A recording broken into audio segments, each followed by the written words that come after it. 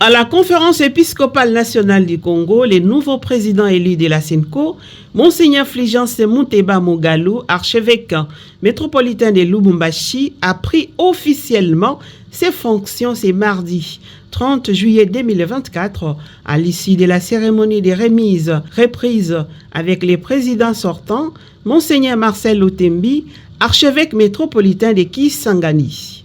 La cérémonie a commencé par une prière dite par les présidents sortants, suivie de son allocution dans laquelle il a commencé par souhaiter la bienvenue au nouveau président ainsi qu'à ses collaborateurs. Par la suite, il a rappelé les contenus de son discours de clôture lors de l'Assemblée plénière de juin 2024. Je vous souhaite une cordiale bienvenue dans ce bureau officiel du président de la SENCO. Cette séance de travail intervient un mois après l'élection des nouveaux responsables des structures de la SENCO. Permettez-moi aussi de réitérer mes vives félicitations pour la confiance que les archevêques et évêques membres de la SENCO ont placée en votre personne en vous élisant président de la SENCO pour un premier mandat de 4 années. En outre, voudriez-vous transmettre au moment opportun mes chaleureuses félicitations à vos collaborateurs élus le même jour comme premier vice-président et deuxième vice-président de la SENCO. Quant à moi, en tant que président sortant de la SENCO, je vous rassure tous de ma proximité spirituelle et fraternelle. Pour le bien de notre chère conférence épiscopale et de l'Église Famille de Dieu en RD Congo, vous pouvez toujours compter sur ma disponibilité en cas de besoin pour toute intervention opportune en termes d'information, de conseils ou de contributions. Il a également remis au nouveau président les divers dossiers concernant la SENCO ainsi que les institutions affiliées à la SENCO. Après les huis clos, s'en est suivi la signature de la passation des pouvoirs entre les présidents entrants et sortants de la SENCO. Excellence, Monseigneur le Presteco, voici les courriers reçus qui méritent d'être exploités dès le début de votre ministère par vous-même. Merci beaucoup. Oui. Et les signataires aussi. Merci.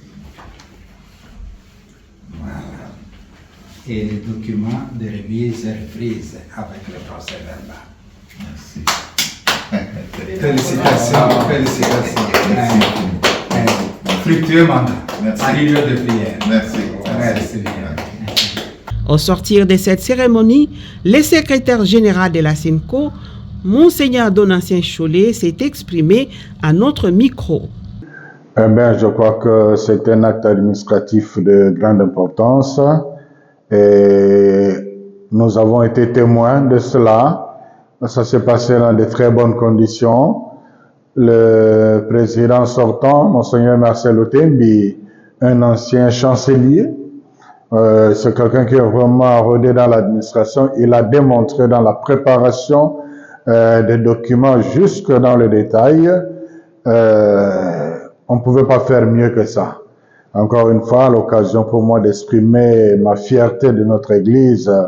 Je l'ai fait à l'occasion de l'élection du président qui a été voté alors qu'il n'y avait pas de candidat, qui a été voté au premier tour à plus de 2/3 de voix.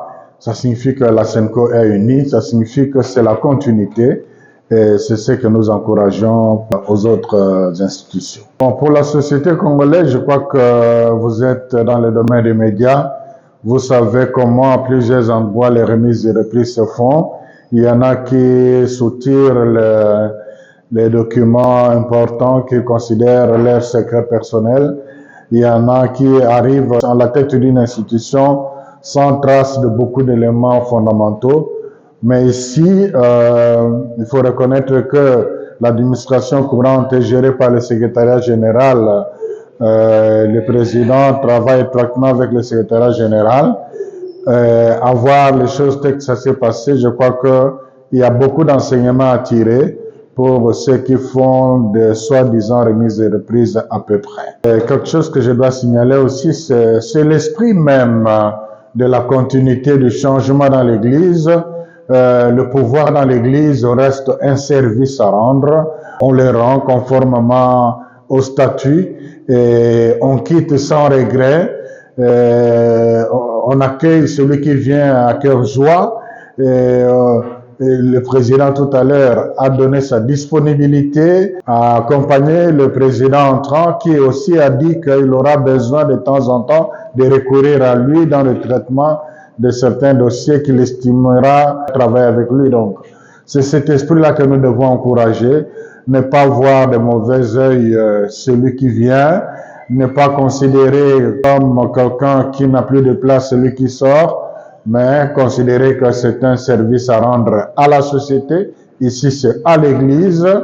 Celui qui est parti a fait ce qu'il devait faire, mais il peut encore être utile à celui qui vient. Celui qui vient, c'est qu'il ne vient pas changer les choses, il vient continuer un service qui a commencé pour le bien de l'Église universelle.